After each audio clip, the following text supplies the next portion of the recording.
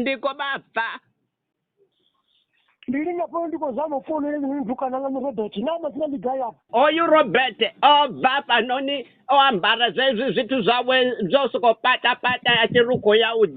zwipimini zwijima zwa hone untakula madzimbi koyu mtu kana huyo hapi huyo man aitani kusumo ndione wori achibva utobva chitakura dzimbi angei vamwe vakubva chitakura mavana angei imnibone nemubudze zvauri rikoyeka utakura mudhuru ari kuita izvo zvavo zvamadzimbi ayo zvaruga nditomubudza achibuya zvamutoreto zvokutobva tovanobva chikori kuya jimini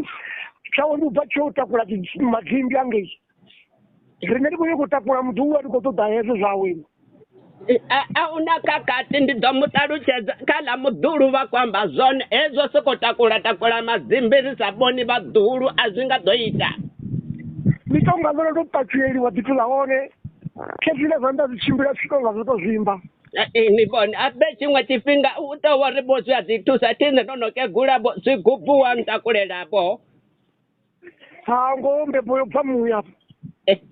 hai nemubudze nerikaite kazite mapuno zvauri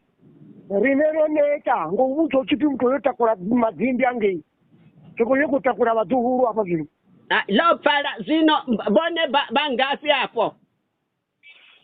hai somumbuzisa ezvo ndinozviona vamwe vakala hapo vasongo angopya natedzi iri kwezvitonga rinamani yaisinetsa anudzere tsimuni apo nike muroho bone ndibone vanotovuya ngamadhekwana vadze vake muroho ngeno ruferani ndinotovada kukangani ngori indonibudza nari ndandani yange yavuchiva mukati wapera vuya inibone